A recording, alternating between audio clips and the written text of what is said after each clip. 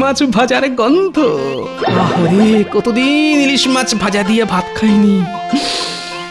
কি গন্ধটা মনে হচ্ছে আমার বাড়ি থেকেই আসছে, তার মানে গিন্নি নিশ্চয়।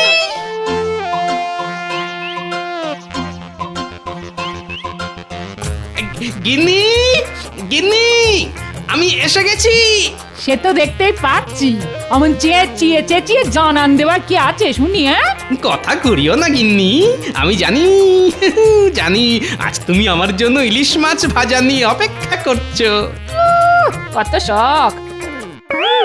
পুঁটি মাছ কেনার পয়সা নেই, সে খাবে ইলিশ মাছ। আসালে কি বললে? আমার পুঁটি মাছ কেনার পয়সা নেই? ঠিকই তো বলেছি। আগে তুমি প্রতিদিন মহারাজের কাছ থেকে পুরস্কার পেয়ে থলি থলি মোহর ঘরে আনতে। এখন মোহর কেন, ফুটো পয়সাও তো ঘরে আনার নাম নেই। হ্যাঁ, তোমার বুদ্ধিতে জং ধরেছে এই বলে দিলুম। কিন্তু আমি যে আজ বাড়ি ফেরার পথে ইলিশ মাছ ভাজার গন্ধ পেলাম। সে তো পাবেই। ছেঁড়া কাঁথায় শুয়ে লাখ টাকার স্বপ্ন দেখতে কার না ভালো লাগে বলো? তোমার পকেটের সাথে তোমার নাকেও ফুটো হয়েছে। কে বলেছে আমার পকেট ফুটো? এই দেখো দেখো, আমার পকেটে এখনো অনেক মোহর। ফাঁকা, তোমার পকেট যে পুরো ফাঁকা। বলি ঘরের চালের দিকে একটিবার তাকিয়ে দেখো, তোমার পকেটের মতন আমাদের ঘরের চালেও যে বড় বড় ফুটো হয়েছে। আসছে বর্ষায় কি আমরা ঘর ছেড়ে গাছতলায় গিয়ে বসবো?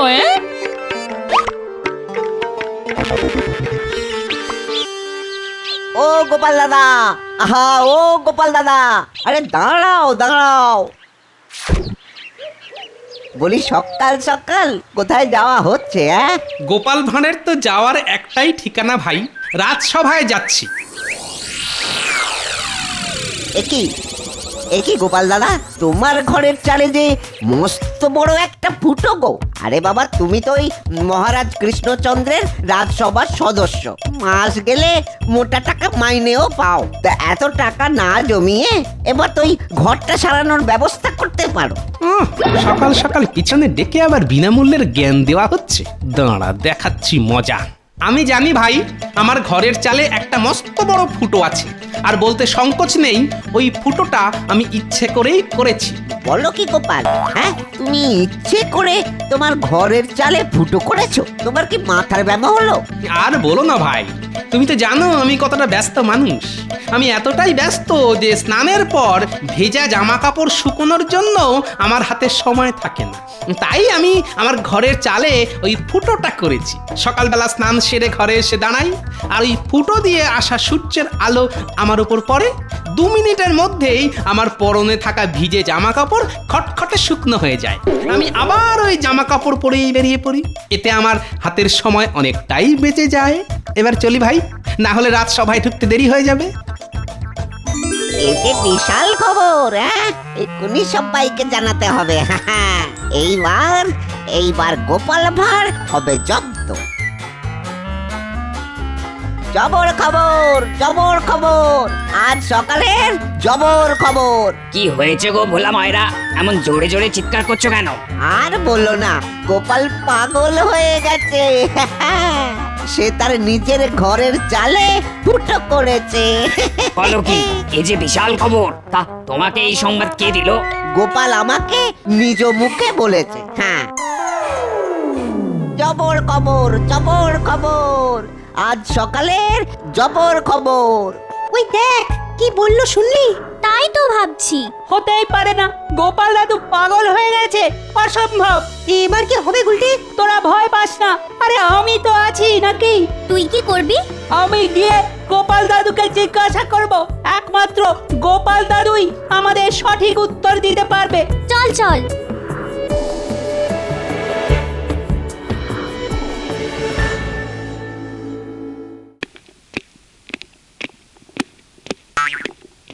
মহারাজের জয় হোক। অত ভনিতা ছাড়ো তো গোপাল, সোজা কথায় মনের কথাটা বলে ফেলো দেখি। বলছিলাম কি, অনেকদিন হয়ে গেল আপনি আমাকে কোনো পুরস্কার দেননি মহারাজ। আজ যদি কিছু মোহর পুরস্কার দিতেন, তাহলে ওই বাজার থেকে একটা ইলিশ কিনে নিয়ে ঘরে যেতাম মহারাজ। কয়েকদিন ধরেই মনটা বড্ড ইলিশ ইলিশ করছে মহারাজ।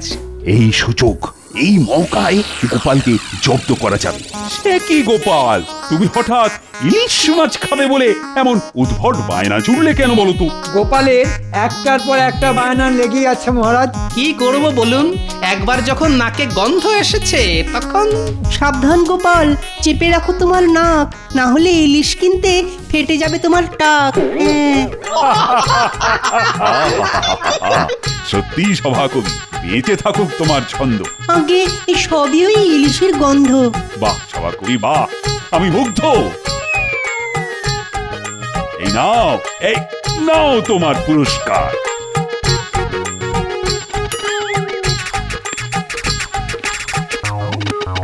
কি সেনাপতি, কি খবর তোমার? আর বলবেন না মহারাজ, আজ সকালে ওই ঘুম থেকে উঠতে দেরি হয়ে গিয়েছিল, তাই ছুটে ছুটে ওই 15 মিনিটের পথ 6 মিনিটে চলে এসেছি মহারাজ। বলো কি, 15 মিনিটের পথ 6 মিনিটে? এই যে অর্ধেকের থেকেও কম সময়। কি করব বলুন, না আসলে যে রাজসভায় ঢুকতে দেরি হয়ে যেত। ঠিক ঠিক সেনাপতি, তোমার দৌড়ানোর ক্ষমতা দেখে আমি মুগ্ধ। এই নাও তোমার পুরস্কার।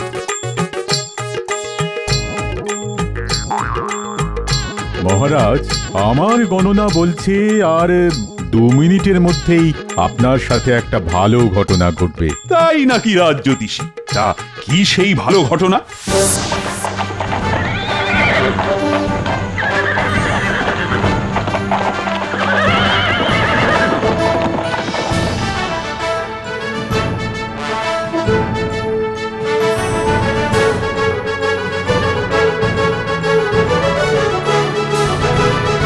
মহারাজের জয় হোক।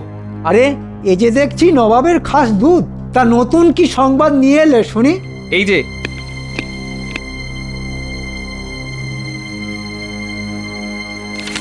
কি হলো মন্ত্রী, নবাব কি লিখেছেন শুনি? মানে যদি কোনো... না না মহারাজ, খুশি সংবাদ। নবাব আপনার শস্য ঋণ মুকুব করে দিয়েছেন, সেই কথাই তো এখানে লেখা আছে। বলো কি মন্ত্রী? হ্যাঁ, এই যে খুশির খবর। ঠিক বলেছেন মহারাজ, এই সংবাদ শুনে আমিও খুশি হয়েছি। এতটা খুশি আমি আমার মাইনের পাওনার দিনও হই না। আজ আমার মনটা সত্যি অনেকটা হালকা হয়ে গেল। আমি তো আগেই বলেছিলাম মহারাজ। এই নাও রাজ জ্যোতিষী, এই নাও মন্ত্রী, এই তোমাদের পুরস্কার। মহারাজ, এই খুশির দিনে আনন্দ ভাগ করে নেওয়ার জন্য নিশ্চয়ই আপনি আমাকে ইলিশ মাছ কেনার জন্য একটা মোহর অন্তত দেবেন। একদম নয় মহারাজ, গোপাল সকাল থেকে কোনো কাজ করেনি, শুধু আজ কেন কোনো দিনই করে না, খালি হাত পেতে মোহর নেওয়ার ধান্দা। সব বুঝি আমি, সব বুঝি।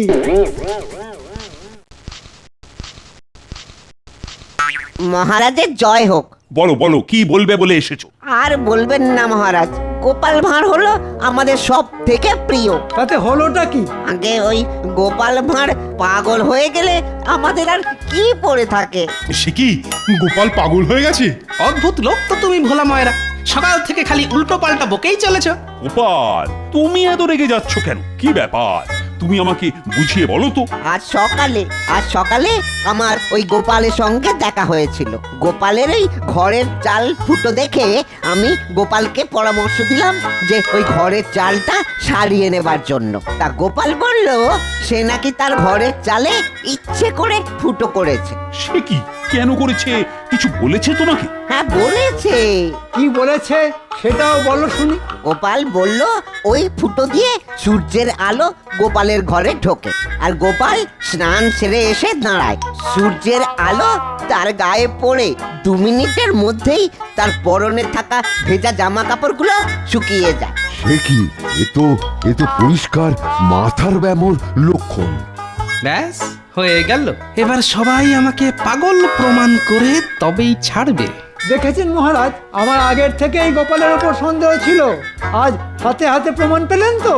সত্যি গোপাল, এটা কিন্তু পাগলের লক্ষণ। শেষে কিনা নিজের ঘরের চালে ফুটো। ছি ছি ছি ছি ছি। যেটা সন্দেহ করেছিলাম শেষে কিনা সেটাই হলো। তবে আমার নামও গোপাল ভাঁড়, আমিও ছেড়ে দেব না। রাজবৈদ্য, আর দেরি নয়, তুমি আজ থেকেই গোপালের মাথার ব্যামো চিকিৎসা শুরু করো, বুঝলে?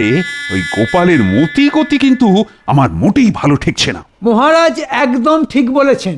আমার তো মনে হয় ইলিশ মাছ খেতে চাওয়াটাও পাগলামির একটা লক্ষণ। না মহারাজ, আমি পাগল নই।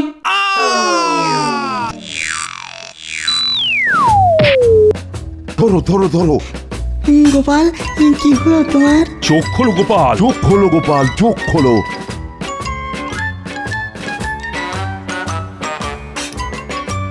সর্বনাশ! এক্ষুনি গোপালের কিছু হয়ে গেলে তো মহারাজ আমার গর্দানটাই নিয়ে নেবেন। এই তালে কেটে পড়ি। হ্যাঁ, এই তালে কেটে পড়ি। দাঁড়ো বেটা, তোমরা ঘুঘু দেখেছ কিন্তু গোপালের বুদ্ধি দেখনি। এবার দেখাবো আমার জং ধরা বুদ্ধি কেমন শান দেওয়া তলোয়ারের মতন চকচক করবে। চোখ খোলো গোপাল, আরে চোখ খোলো। এই যমরাজ, এক্ষুনি বেটাকে তুলে নাও, এ সুযোগ যেন বৃথা না যায়। চোখ খোলো গোপাল, চোখ খোলো। আরে এই রাজপুত্র, কিছু একটা করো। আমি আমি ঠিক আছি। চোখ খুলেছে গোপাল, চোখ খুলেছে। ধুর, এ বেটা কিছুতেই মরার নয়, কই মাছের জান। হ্যাঁ, এই মন্ত্রী, গোপালকে এক্ষুনি পালকি করে বাড়ি পৌঁছে দিয়েছো। না না মহারাজ, আমার কিছুই হয়নি। আমি একাই বাড়ি যেতে পারবো। একটু একটু মাথা ঘুরে গিয়েছিল আর কি। ঠিক আছে ঠিক আছে, তাই যাও। রাজবৈদ্য, তুমি ওর বাড়িতে ওকে ওষুধ দিয়ে আসবে। ঠিক আছে মহারাজ। যাও যাও গোপাল, এখন বাড়ি যাও, বাড়ি যাও। মোহর কেন, আমার পকেটে যে ফুটো করিও নেই ভাই। তবে তুমি চিন্তা করো না, আমার বুদ্ধি মতন সব চললে কয়েকদিনের মধ্যেই আমার পকেট আবার মোহরে ফুলে ফেপে উঠবে। তখন সবার প্রথমে আমি তোমার দোকানেই আসবো।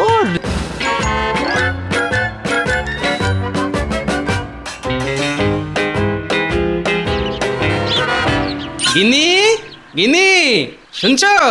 আর বেশি দিন আমাদের এই কষ্ট সইতে হবে না গো। আমার মাথায় একটা নতুন বুদ্ধির উদয় হয়েছে। ওই গো, কোথায় গেলে গো? শুনেছি। আচ্ছা শুনো, এমন চুপ করে রইলে কেন বলো তো? চুপ করে থাকবো না তো কি আনন্দে লাফাবো? একটিবার রান্নাঘরে গিয়ে দেখে এসো। কি আছে রান্নাঘরে? কই দেখি।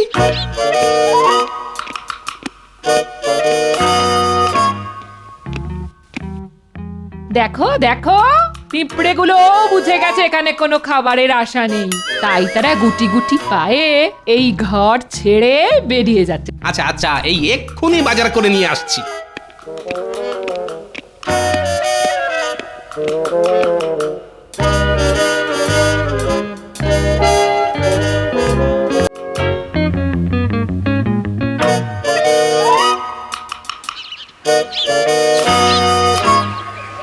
বলো গোপাল দাদা, কি চাই? চাই চাই 1 সের চাল আর 8 সের ডাল। এই নাও গোপাল দাদা।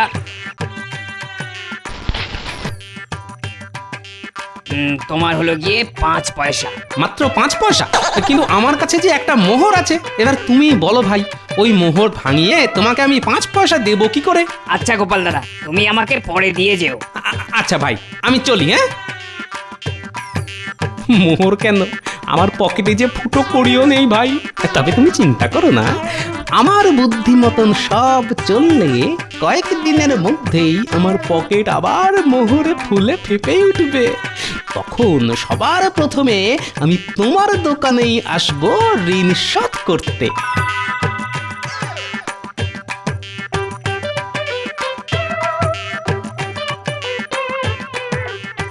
ওই দেখ গোপাল দাদু, ও গোপাল দাদু, দাদু। কিরে, কি হয়েছে? ডাকছিস কেন? সবাই তোমাকে পাগল বলে ডাকছে গোপাল দাদু। হ্যাঁ দাদু, আমরা নিজের কানে শুনেছি। তাই নাকি? বাহ, খবরটা বেশ তাড়াতাড়ি ছড়াচ্ছে দেখছি। তুমি কি সত্যি সত্যি পাগল হয়ে গেছো গোপাল দাদু? তোরা চুপ কর তো। গোপাল দাদু পাগল হয়ে গেলে এতক্ষণে আমাদের কামড়ে দিত। ঠিক বলেছিস গুলটে।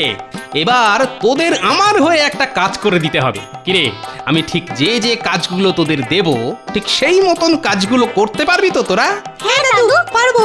তুমি একদম চিন্তা করো না দাদু, শুধু কি কি করতে হবে সেটা বলো। বেশ, তাহলে মন দিয়ে শোন।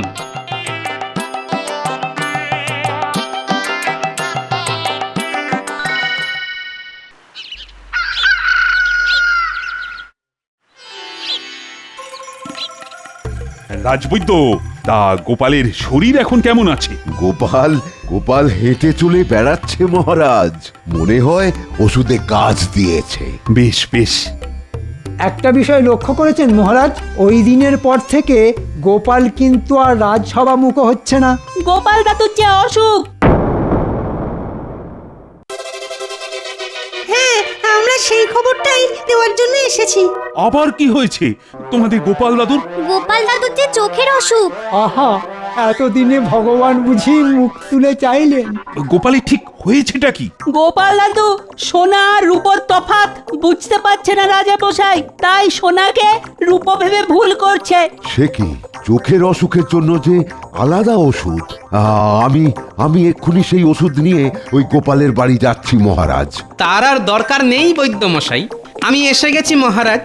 আমার চোখ মন সব ঠিকই আছে। কই আমার আসন কই? এই তো, কতদিন আমি আমার আসনে বসিনি। না না না না, ব্যাপারটা একটু খতিয়ে দেখতে হচ্ছে। গোপাল, তুমি দেখতে পাচ্ছ তো আমার হাতে একটা সোনার মুদ্রা আর রূপোর মুদ্রা আছে? বিলক্ষণ পাচ্ছি মহারাজ। আমি এই দুটোর মধ্যে যে কোনো একটা মুদ্রা তোমাকে দেব। বলো গোপাল, তোমার কোনটা চাই? আমার এই মুদ্রাটাই চাই মহারাজ।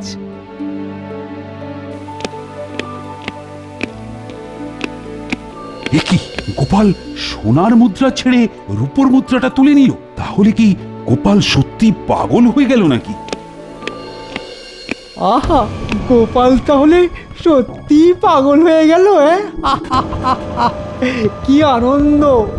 এবার আমি রাজকোষ নিশ্চিন্তে ফাঁকা করে দেব। এটাই চাই। দুধ ছেড়ে খাচ্ছে গোপাল চোনা, তাই রূপো বেছে ফেলে দিল সোনা। কি বুঝলে রাজবৈদ্য? আগে আমার মনে হয় ওই গোপালের নিশ্চয়ই কোনো কঠিন অসুখ হয়েছে। আরে সে তো বুঝতেই পারছি, না হলে কেউ সোনার মুদ্রা ছেড়ে রূপোর মুদ্রা তুলে নেয়। কিন্তু এটা কি মাথার ব্যামো না চোখের? আগে কি করে বলি বলুন তো, শুধু যে ওই সোনার উপর তফাৎটাই করতে পারছে না, বাকি তো সব দেখতেও পাচ্ছে, আর পাগলামিরও কোনো লক্ষণ নেই। রোগটাকে বুঝলে ঠিকভাবে ধরতে হবে।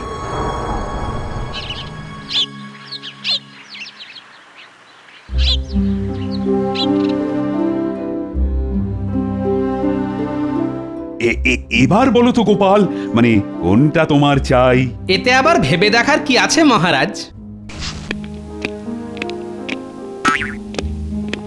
আমার এটাই চাই। দুধ ছেড়ে খাচ্ছে গোপাল চোনা, তাই রূপো বেছে ফেলে দিল সোনা। কি বাজে কথা বলছেন? এটাই সোনা? আপনি কি সোনাও চেনেন না সভাকবি?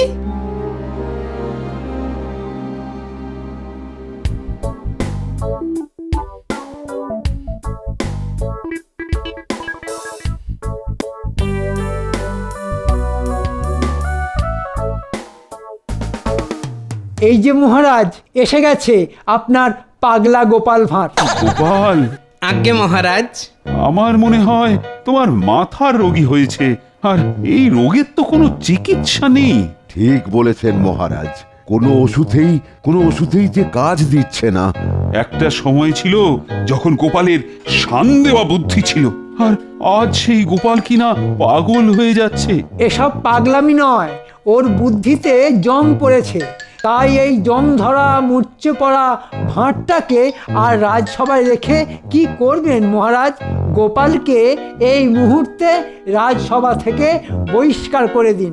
কে বলেছে মহারাজ আমার বুদ্ধিতে জং ধরেছে? আমার বুদ্ধি যে আগের মতোই আছে মহারাজ। প্রলাপ প্রলাপ, সব পাগলের প্রলাপ। তোমার বুদ্ধি যদি আগের মতন থাকতো, তাহলে কি তুমি সোনা ছেড়ে রূপো বেছে নিতে গোপাল? হ্যাঁ মহারাজ, অবশ্যই বেছে নিতাম। মানে কি বলতে চাও তুমি? এই যে মহারাজ। এটা কি গোপাল?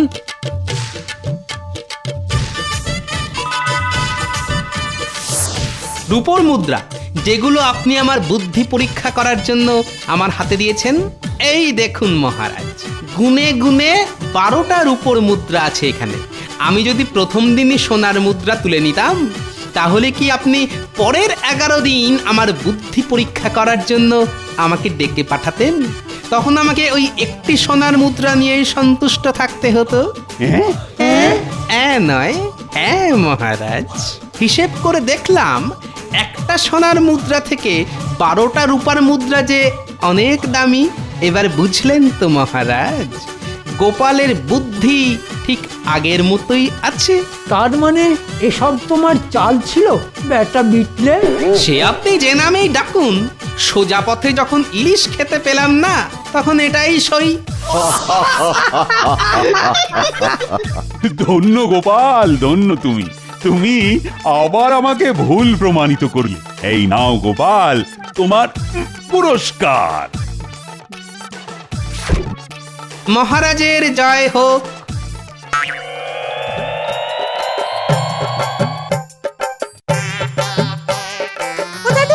এই যে তোরা এসে গেছিস। আরে আমি এতক্ষণ তোদের কথাই ভাবছিলাম। তাহলে এবার কি করতে হবে? বাড়ি গিয়ে সকলে মিলে একসাথে কড়া করে ইলিশ মাছ ভাজা দিয়ে ভাত খেতে হবে। চল চল চল, তাড়াতাড়ি চল। কি মজা, কি মজা! গোপাল দাদু জিন্দাবাদ, গোপাল দাদু জিন্দাবাদ, গোপাল দাদু জিন্দাবাদ।